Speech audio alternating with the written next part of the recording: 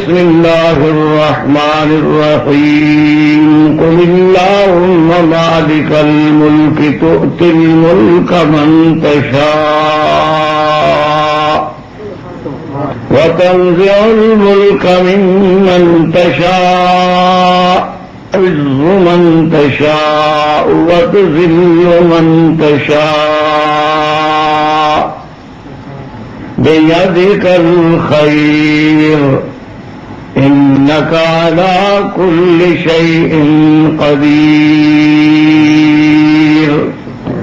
قال النبي صلى الله عليه وسلم من كان آخر كلامه لا إله إلا الله دخل الجنة.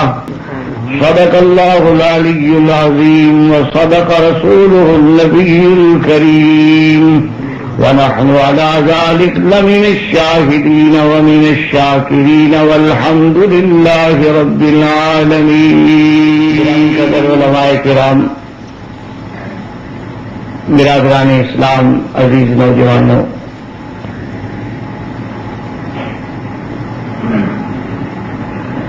الحمدللہ اللہ تبارک و تعالیٰ کی مدد سے، عنایت سے، فضل و کرم سے مجھے اس مسجد، اس مدرسہ، اس علاقے میں حاضر ہونے کی توفیق حاصل ہوئی ہے جہاں بڑے بڑے فضول العلماء،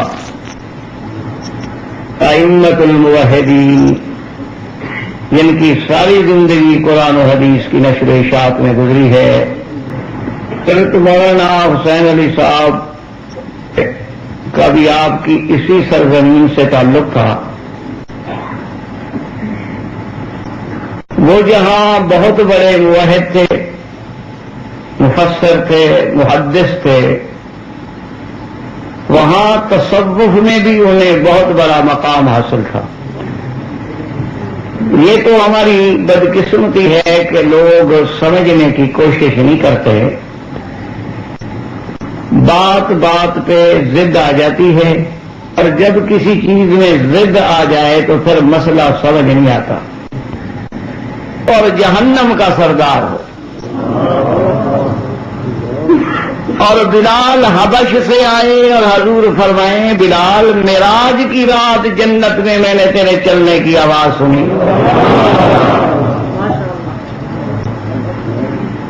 وجہ کیا تھی؟ یہی ضد تھی کہ ایک دفعہ ابو جہل رحمۃ اللہ علیہ کعبہ شریف کا طواف کر رہا تھا. طواف وہ بھی کرتا تھا. یہ آپ نہ کہیں کہ آپ جاتے ہیں طواف کر کے آ جاتے ہیں تو بس آسمان پہ پہنچ گئے. ہمارے بعض لوگ حج پڑھ لیں نا ماشاءاللہ، پھر وہ 7ویں آسمان سے نیچے نہیں ٹھہرتے. شیب ہو گئے، پچھلے گناہ معاف ہو گئے، آئندہ کے لیے چھٹی. ایک نماز کا لاکھ ملتا ہے، لہذا باقی زندگی میں پڑھنے کی ضرورت ہی نہیں. تو طواف کرنا، نماز پڑھنا، یہ سب کچھ ٹھیک ہے، لیکن جب تک اصل بنیاد نہ ہو ڈھیلے کے برابر بھی نہیں. تو بالکل سمجھ لیں، ساری رات تہجدیں پڑھو، ایک ٹانگ پہ کھڑے ہو کے چلے کاٹتے رہو، لیکن شرک آ گیا تو ڈھیلے کے برابر بھی نہیں. 1,00,000 حج کر لو. آپ نے تو حج کیا ہے، ابو جہل نے تو خود کعبہ بنایا تھا جس کی طرف تم رخ کر کے نماز پڑھتے ہو. تم تو ایک مسجد بنا کے جنت میں علیم لکھوا لیتے ہو، اس نے تو کعبہ بنانے کے باوجود جہنم میں پڑا ہے.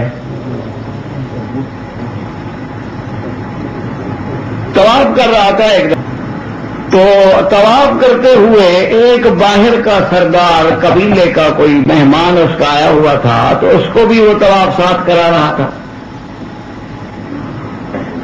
تو طواف کرتے کرتے اس کے ساتھی نے پوچھا کہ بھئی میں نے سنا ہے مکہ شریف میں ایک نبی پیدا ہوئے ہیں جن کا نام محمد الرسول اللہ صلی اللہ علیہ وسلم، جب میں نام لوں تو وہ شریف پڑ جائے.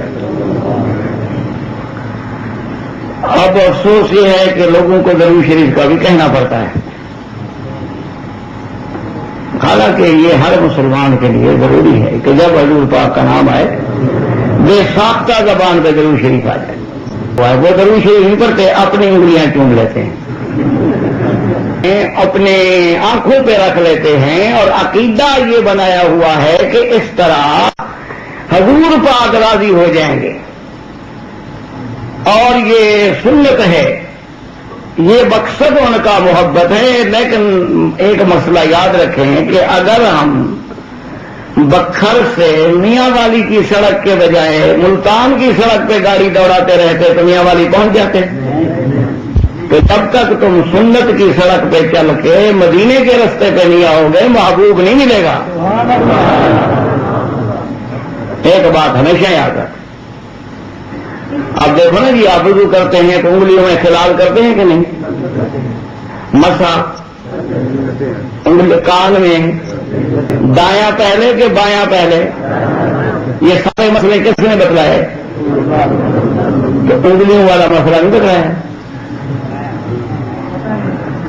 یہ سارے مسئلے ہمیں سمجھا دیے، وضو ایسے کرو، یہ بھی بتلا دیا کہ استنجا ایسے کرو، یہ بھی سمجھا دیا کہ غسل جنابت ایسے کرو، یہ بھی سمجھا دیا کہ مسواک ایسے استعمال کرو، یہ بھی سمجھا دیا کہ پانی اگر پاؤں پہ بہاؤ تو انگلیوں کے درمیان میں خلال کر لو، کوئی جگہ خالی نہ رہ جائے پانی کے بغیر۔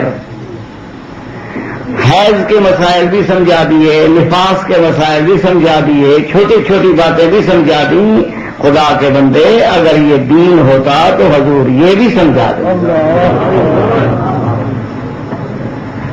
اب دیکھیں نا، مثلا دیکھیے میں آپ کے سامنے،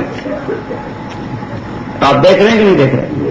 اگر بلال نے ایسا کیا ہوتا تو 1,24,000 صحابہ نہ دیکھتے، ان کو نظر نہ آتا؟ اپنی انگلیاں چوم کے حضور کو خوش کرتے ہو، اللہ کے اللہ کا حکم کیا ہے کہ میرے نبی پر درود بھیجو۔ بعض ہمارے بھائی آتے ہیں آپ کے پاکستان سے، اللہ رحمت فرمائے، مکے شریف میں آ کر نماز نہیں پڑھتے جماعت، مدینے شریف میں آ کر جماعت سے نماز نہیں پڑھتے، علیحدہ پڑھ لیتے ہیں یا دیر کرتے رہتے ہیں، جب جماعت ہو جاتی ہے پھر آ کے نماز پڑھتے ہیں۔ کیوں؟ کہتے ہیں جی امام وہابی ہے، نماز نہیں ہوتی۔ اصل وجہ یہ ہے، جہاں تک میں نے سمجھا ہے، کہ آ تو جاتا ہے آدمی کسی نہ کسی طرح، لیکن میرے اللہ کا ایک فیصلہ بھی تو ہے نا کہ انما المشركون نجس فلا يقربوا المسجد الحرام بعد عامهم هذا۔ اللہ نے فرمایا میرا مدنی، اب تیری توحید کے اعلان کا وقت آ چکا ہے، اب تیرے غلبے کا وقت آ چکا ہے، ایمان والوں کو کہہ دو، اعلان کر دیں مشرک پلید ہے، میری مسجد کے قریب بھی نہ آئے۔ اللہ تبارک و تعالیٰ کا یہ فیصلہ ہے، اور یہ نہیں کہ فرمایا فلا یقرب المسجد الحرام بعد عامهم هذا۔ اللہ فرماتا ہے تم مسلم لکھ کر پاسپورٹ پہ دھوکہ دے کے تو آ جاؤ گے، لیکن میں پھر بھی حرم کی جماعت نصیب نہیں کرنے دوں گا۔ اس لیے دعا کرو اللہ ان کو بھی نصیب کرے، اللہ ان کے سینے بھی کھول دے، اللہ ان کے بھی ہدایت کے فیصلے فرمائے، اللہ ہماری بھی ہدایت کے فیصلے۔ یہ صفائے قلب سے تھا کہ جن کا قرآن پڑھتے پڑھتے دل صاف ہو جائے، دل میں زنگ نہ رہے۔ حضرت خلیفہ غلام محمد دین پوری رحمت اللہ علیہ کی خدمت میں تو ایک بہت بڑا ہندو جوگی آیا، اور اس نے آ کے ملاقات کی، 1-2 دن لنگر میں قیام کیا، پھر آیا اور اجازت لینے لگا۔ آپ نے فرمایا بھائی کیسے آئے تھے، کیوں آئے تھے، کیسے رہے، کیسے جا رہے؟ اس نے کہا جی میں ہندو ہوں، اور ہندو کا وہ کوئی پنڈت چنڈت جو بھی شوی تھا، یہ مسئلے جو ہوتے ہیں نا ریاض محنت سے ہوتے ہیں، محنت ریاض کرنے سے آدمی کئی چیزیں حاصل ہو جاتی ہیں۔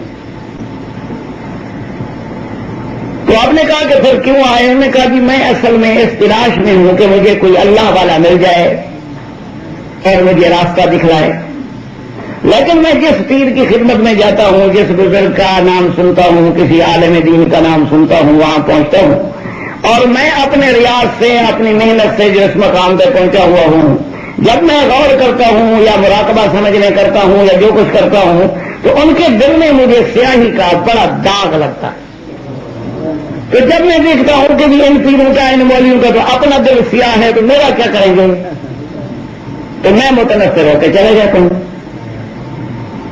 انہوں نے کہا اچھا بھی پھر فقیر کے دل پر بھی توجہ کرو, دیکھو اس کو بھی دیکھو, یہ کوئی بڑی بات نہیں ہوتی, یہ کشک ہو جانا یا کسی چیز کا یہ کوئی ایسا مسئلہ نہیں ہے بڑا.